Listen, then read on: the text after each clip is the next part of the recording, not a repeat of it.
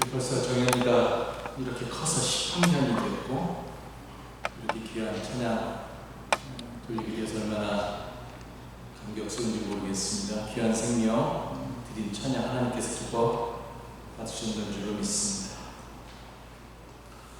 오늘 우리가 마더스데이를 맞았습니다.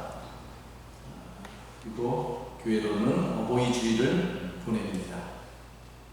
이 땅에 어머니로 살아가는 모든 주의 여정들의 삶에 하나님의 크신 은총과 평화가 늘 함께하기를 기도하겠습니다. 오늘 마더스데이를 맞아 성경에 나와 있는 한 여인의 삶과 신앙을 살펴보려고 합니다.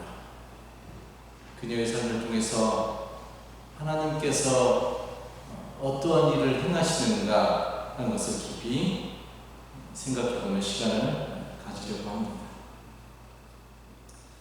우리는 살면서 때때로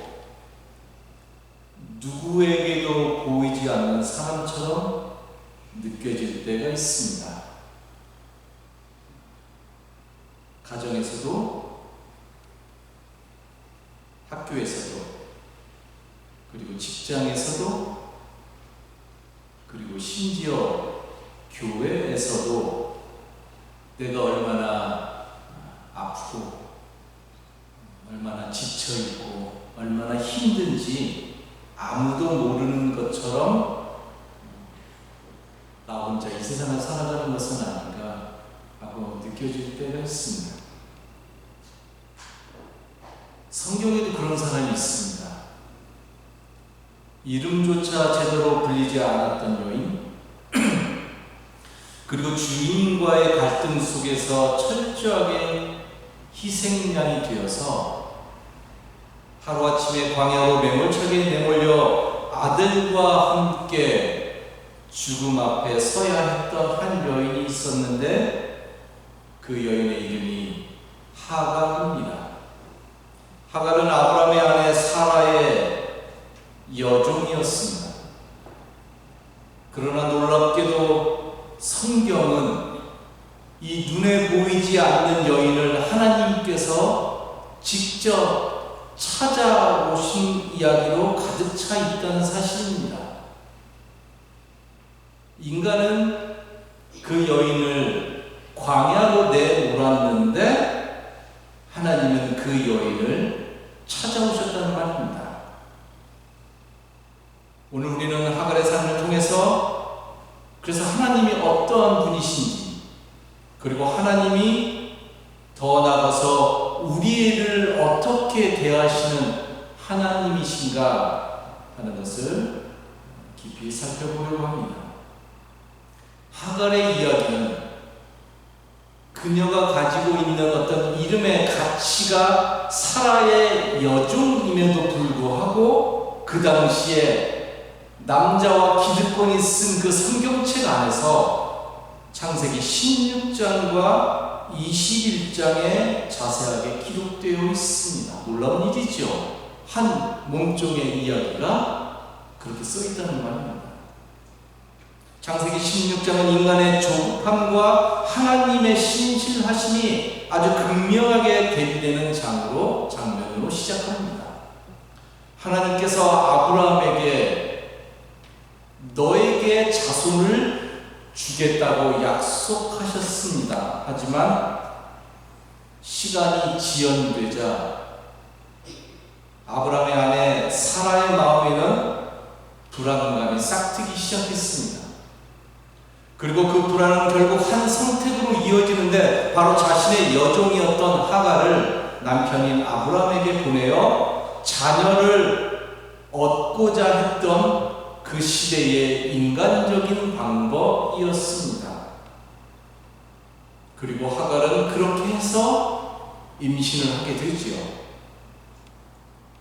그런데 그 순간부터 관계가 무너지기 시작합니다. 하갈은 자신이 임신한 것을 알고 여주인이었던 사라를 업신여기기 시작했고, 그리고 사라는 그 분노를 남편인 아브라함에게 쏟아냈습니다.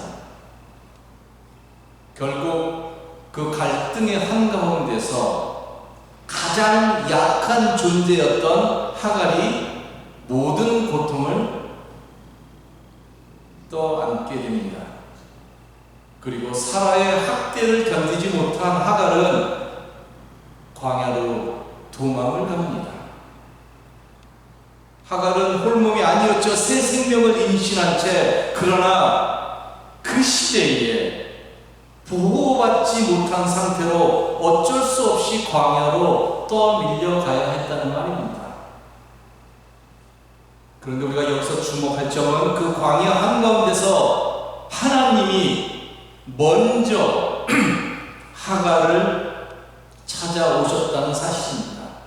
아무도 주목하지 않았던 여인, 삶에서 가장 열악하고 주변부 인상으로 살아가야 했던 그 여인에게 하나님은 친히 찾아가셔서 이렇게 물으셨습니다. 하갈아, 네가 어디서 와서 어디로 가느냐? 라고 말이지요. 여러분, 이 물음이 네가 어디로 와서 어디로 가느냐라고 하는 이 물음이 하나님께서 그것을 몰라서 하갈의 위치와 그리고 앞으로 그녀의 삶의 계획이 무엇인지를 모르기 때문에 물어보는 그런 질문이 아니지요. 이 물음은 하나님께서 하갈의 삶에 깊은 고통과 그리고 그녀의 삶 자체를, 그녀 존재 자체를 알고 계시다라고 하는 엄청난 선언입니다. 하나님은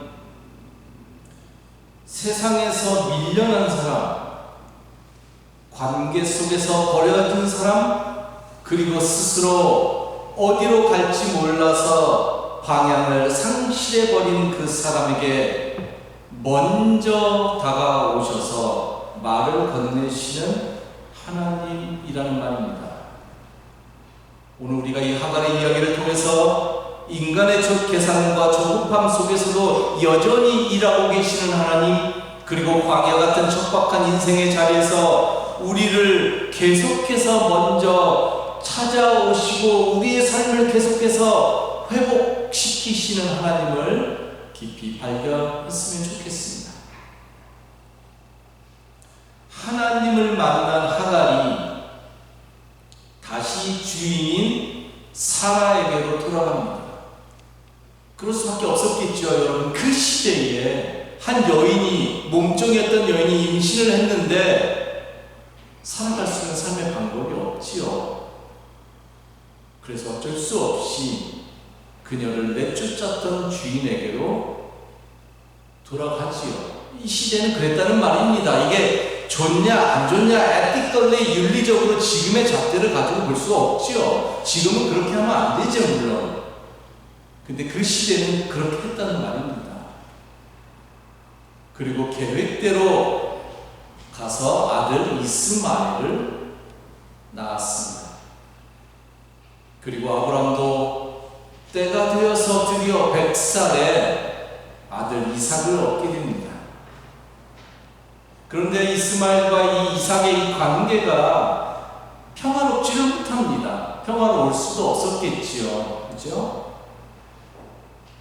그래서 이삭이 젖을 뗄 즈음에 사라가 아브라함에게 다시 이렇게 말을 합니다. 저 여종과 그 아들을 내보내십시오. 저 여종의 아들은 나의 아들 이삭과 유산을 절대로 나눠 가질 수 없습니다. 라고 이야기를 합니다. 그래서 아브라함은 어쩔 수 없이 하갈을 다시 광야로 내보내야 했습니다. 벌써 두 번째로 광야로 쫓겨가는 하갈이었습니다. 이것이 바로 오늘 우리가 읽은 창세기 21장의 내용이지요. 성경은 그녀의 삶의 모습을 이렇게 묘사합니다.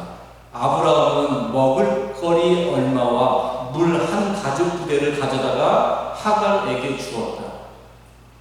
그는 먹을거리와 마실 물을 하갈의 어깨에 메어 주고서 그를 아이와 함께 내보냈다. 하갈은 길을 나서서 브엘세바 빈들에서 정처 없이 헤매고 다녔다. 하갈은 브엘세바 그 광야에서 정처 없이 헤매고 다니는 인생이었다는 겁니다. 그렇겠죠. 헤맬 수밖에 없지요. 하루아침에 살던 집에서 쫓겨난 하갈과 이스마엘, 아무도 없는 광야에서 한 여인이 아들과 단 둘이서 살아간다는 것 자체가 말이 안 되죠. 거의 죽음과 다르지 않는 삶이었습니다. 그러나 하갈은 삶을 포기하지 않습니다. 포기하는 엄마 없었겠죠. 아들이 있는데 삶을 포기하는 여인은 없었겠죠. 이스마엘을 지키기 위해서 최선을 다해서 그 순간을 살아냈던 것을 오늘 말씀을 통해서 우리가 보게 됩니다. 하갈이 쫓겨났습니다. 아브라함이 주었던 가죽 부대의 음식과 물 가지고 왔던 물이 결국에는 다 떨어지게 되었습니다. 하갈은 계속해서 물을 찾아 움직입니다. 정처 없이 헤매고 다녔는데 아들을 살리기 위해서 광야에서 물을 찾으며 끝까지 움직였습니다. 하갈이 부단히 움직이는 이 모습을 우리가 그려볼 수 있겠습니까? 자식을 살리려는 어머니의 모습이지요. 여러분, 광야는 뜨겁고 메마른 곳 아닙니까? 물을 찾기 직전에 하갈은 이스마엘을 떨기나무 그늘 아래 두었다라고 말합니다. 광야의 뜨거운 열기와 탈진으로부터 아들 이스마엘을 보호하기 위함이었겠지요. 광야에서 그늘은 생명과 직결되는 보호 행위이기 때문에 그러합니다. 그러면서 하갈은 물을 찾는 겁니다. 그러나 결국에 물을 찾지 못합니다.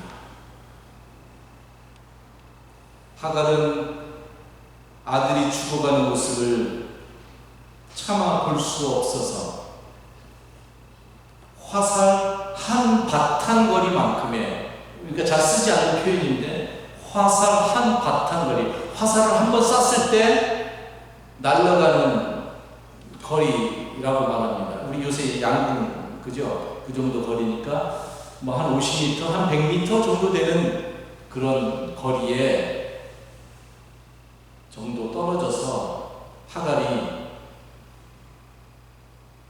떨기나무 그늘 아래에 누인 아들 이스마엘을 바라보고 그녀가 무릎을 꿇습니다.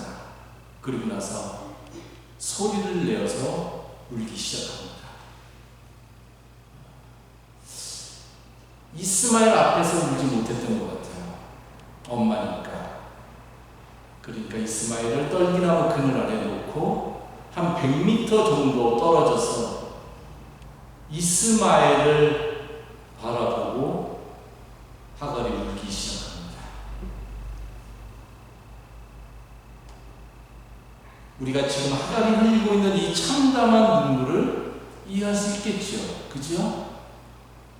저는 남자들도 이해되는데 엄마들은 뭐 너무너무 이해되겠죠.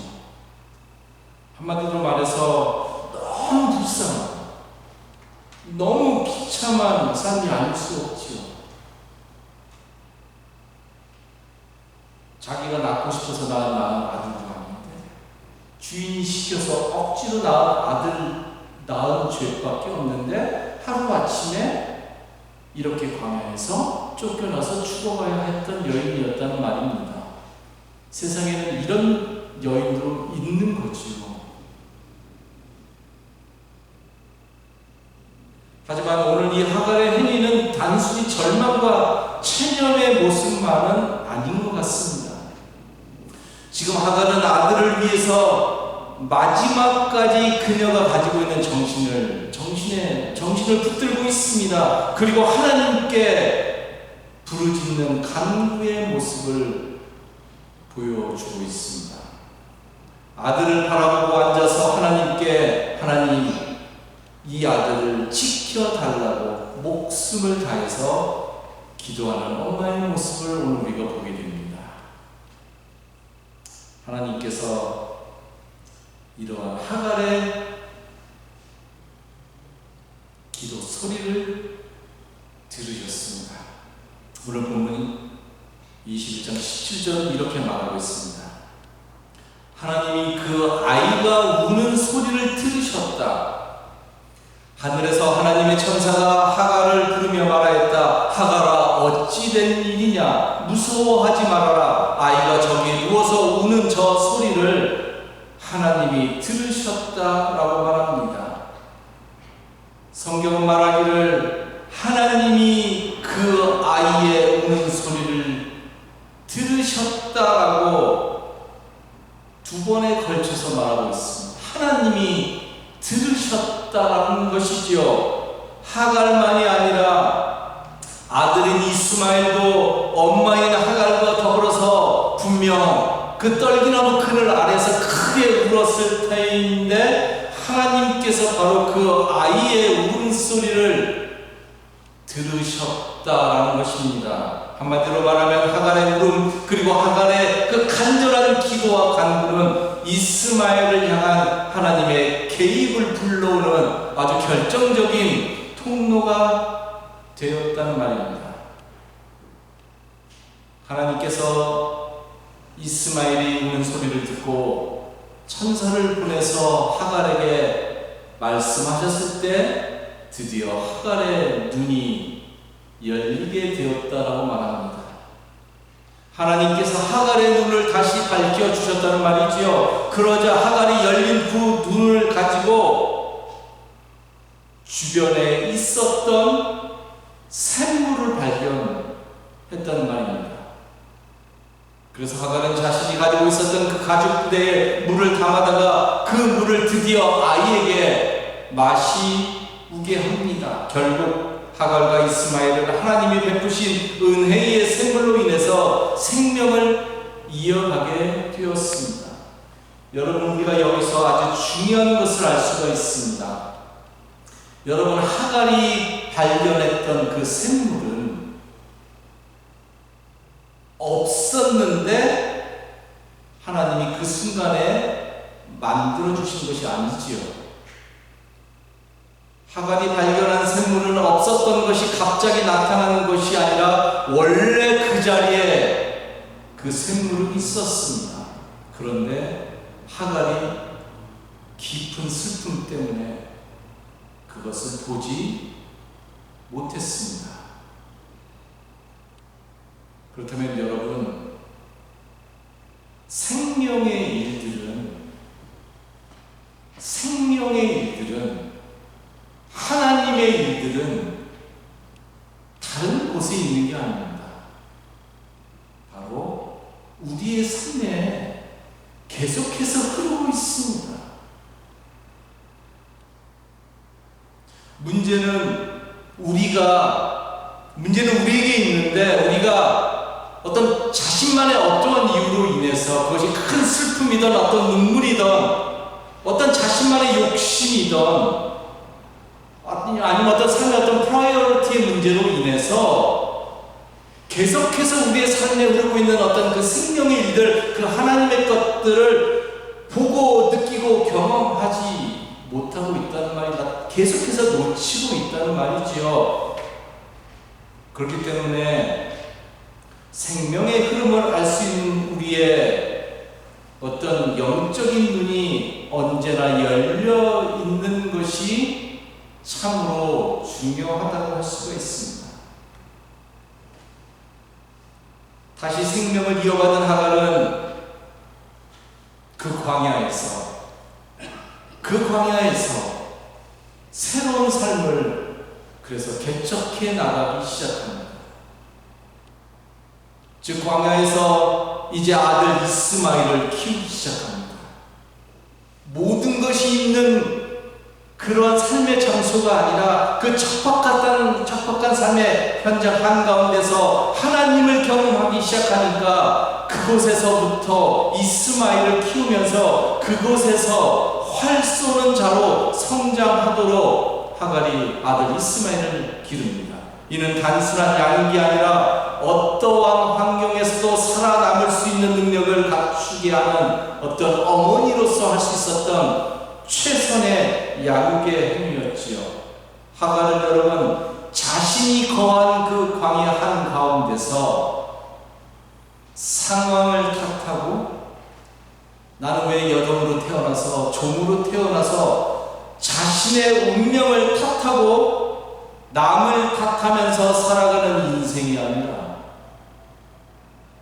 운명을 개척하면서 하나님이 주신 생명을 하나님의 사람으로 기르기 위해서 하나님의 섭리를 믿고 따르는 인생으로 살아가게 되었다는 말입니다. 비록 하갈은 광야로 내몰린 몸종의 삶이었지만 절망적인 상황 속에서도 하나님을 향한 신뢰를 잃지 않고 아들을 지켜내고 그리고 키워냈던 참으로 위대한 신앙의 어머니였지요.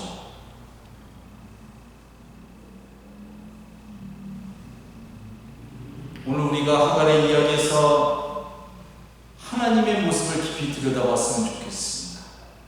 하나님께서 하갈을 향해서 어떠한 일을 행하시고 계시는가를 눈여겨볼 필요가 있습니다.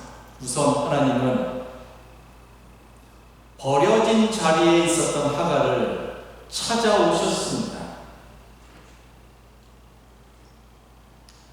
우리가 알다시피 하갈은 주인이었던 사라의 학대를 견디지 못해서 광야로 도망을 쳤습니다. 광야는 도망자의 자리요, 절망의 자리요, 아무도 찾지 않는 자리입니다. 홀로 살아가야 했던 처절한 삶의 자리이지요. 그런데 하나님은 광야에서 비참하게 살아가고 있었던 하갈을 단 한순간도 잊은 적이 없으셨습니다. 하나님은 하나님의 사자를 그녀에게 보내셨습니다. 하갈이 하나님을 찾은 것이 아니라 하나님이 하갈을 먼저 찾으셨다는 말입니다. 하나님은 가장 낮아진 자리, 가장 숨고 싶은 자리, 가장 힘들고 외로운 자리에 있는 우리에게 친히 찾아오셔서 우리의 이름을 먼저 부르시는 하나님이시라는 것이 성경이 계속해서 우리에게 보여주는 세계입니다. 하나님이 이렇게 묻습니다. 하갈아, 어찌 된 일이냐? 무서워하지 말아라. 여러분, 하나님이 우리의 이름을 불러주실 때, 하갈아라고 우리의 이름을 불러주셨을 때, 여러분, 우리의 삶은 절대로 무너질 수가 없지요. 하나님이 우리를 잊지 않고 불러주시는데 누가 우리의 삶을 무너뜨릴 수 있겠다는 말입니까? 하나님이 우리의 이름을 불러주실 때에 우리는 새로운 가능성의 삶을 살아갈 수 있다는 것을 이 이야기가 우리에게 분명하게 보여주고 있는 것이지요. 여러분, 그렇다면 오늘 여러분들의 삶 속에 친히 찾아오셔서 여러분들의 이름을 부르시는 그 하나님의 고유한 음성을 들으실 수 있겠습니까? 하나님은 하갈의 눈물과 아픔을 들으셨다고 성경이 말합니다. 들으셨다. 여러분, 하갈에게 있어서 광야는 쫓겨난 자리였습니다. 그 쫓겨난 자리에서 하갈의 삶은 점점 더 열악해져만 갔습니다. 삶 자체가 열악한데 가지고 있던 자신의 어떤 생명의 그 리소스들, 이 모든 것들이 다 없어져 가고 있습니다. 결국에 가져온 물은 다 떨어지고 아들 이스마엘은 탈진해 죽어가고 있었습니다. 그래서 하갈은 아들을 딸기나무 아래 두고 차마 그 아이가 죽는 것을 보지 못하여 활 사거리만큼 떨어져서 하나님을 향해서 울기 시작했습니다. 그때 하나님이 내가 그 아이의 울음소리를 들었다라고 말씀하셨습니다. 여러분, 하나님은 하갈의 신음도 그리고 이스마엘의 울음도 절대로 놓치지 않았다는 말입니다. 하갈은 이러한 하나님을 향해서 창세기 16장에 가면 그러한 하나님을 가리켜서 자신의 울음을 듣는 하나님을 가리켜서 엘로이라고 번역하면 나를 보시는 하나님이라고 고백을 합니다. 여러분, 성경에서 보신다는 것이 보통의 일입니까? 아브라함 정도 돼야 여호와 이레라고 붙이는 하나님을 향해서 준비시키시는 하나님이라고 아브라함 정도 돼야 하나님을 향해서 닉네임을 붙였는데, 오늘 이 하갈이 이름도 없었던 몸종이었던 이 여인 하나가 드디어 하나님을 향해서 엘로이라고, 나를 보시는 하나님이라고 이름을 붙인 성경에 단 나오는 한 명의 유일한 여성이었다는 말입니다. 여러분, 하나님은 다름 아닌 보시는 하나님이신 것이죠. 아무도 나를 보지 않는 것 같은 순간에서도 내 아픔이 다른 사람에게 설명되지 않는 순간에도, 그리고 내 앞에 길이 보이지 않는 그 깜깜한 순간에도 하나님은 어떻게 하고 계시다고요? 엘로이라고, 하나님은 우리를 보시고 우리의 기도를 들으시고 그리고 우리를 일으켜 주시는 그런 하나님이라는 말입니다. 사랑하는 여러분, 하갈을 찾아오신 하나님이 오늘 우리의 광야에도 찾아오시지 않겠습니까? 그리고는 두려워하지 마라, 내가 너를 보고 있다라고 말씀하시지 않겠습니까? 우리가 말하지 못한 고통도, 설명할 수 없는 눈물도 하나님은 들으시는 하나님이시라는 말입니다. 그리고 우리의 눈을 열어주셔서 생물을 찾게 하시고 새로운 삶을 살아갈 수 있도록 힘을 더하시는 하나님이신 것이지요. 하갈은 주인에 의해서 버림받은 인생이었지만, 그러나 하나님은 그녀를 찾아가셔서 그녀를 붙들어 주셨고 그녀의 삶을 소생시키셨으며 그녀와 이스마엘을 새로운 길로 인도하셨다는 말입니다. 여러분, 이 하갈의 하나님은 바로 오늘을 살아가는 우리의 하나님이시기도 합니다. 하나님은 우리 인간의 고통의 소리를 들으시는 하나님이시지요.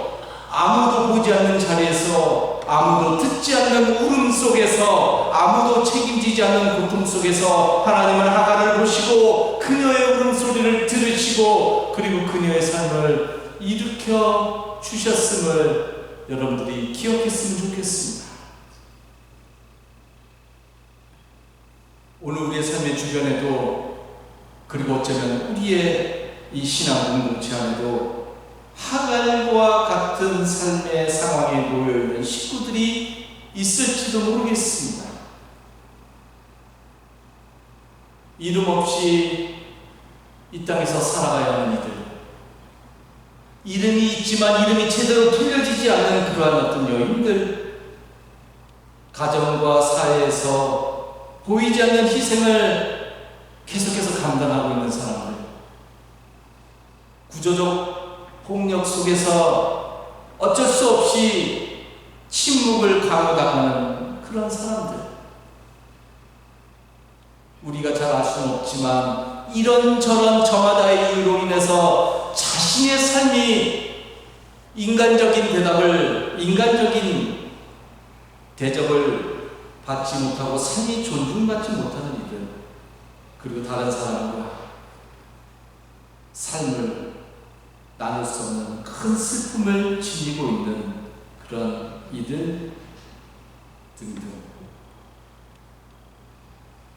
우리의 삶의 주변에도 이런 하갈들이 있지요. 연약한 우리는 이렇게 아파하는 이들을 실제로 보지 못할 수도 있고요. 보지만 어떻게 해줄 수 있는 능력이 없는 사람도 있고, 또 때로는 너무 힘들기 때문에 외면할 때도 있지만, 우리 인간은 그렇죠. 그런데 하나님은 그들을 보고 계시다는 말입니다. 엘로이, 즉 우리를 보시는 하나님이시기 때문에 그러하죠. 엘로이, 하나님이 하나님의 이름이기 때문에 하나님은 그렇게밖에 존재할 수밖에 없지요. 그리고 오늘 우리에게 찾아오셔서 두려워하지 말라고, 내가 너를 보고 있다고, 내가 너의 미래를 세워갈 것이기 때문에 절대로 두려워하지 말라고 이렇게 말씀하십니다. 엘로이, 우리를 보시는 하나님, 그 하나님을 온전하게 신뢰하면서 일상에서 하나님 꼭 붙잡으시면서 조금 후에 마지막 헌신의 찬양으로 부를 그 찬양의 가사처럼 주님이 손잡고 계심을 굳게 믿고 힘을 내어서 신실하게 살아가는 우리 모든 식구들 되기를 다시 한번 주님의 이름으로 축원하겠습니다. 기도합시다.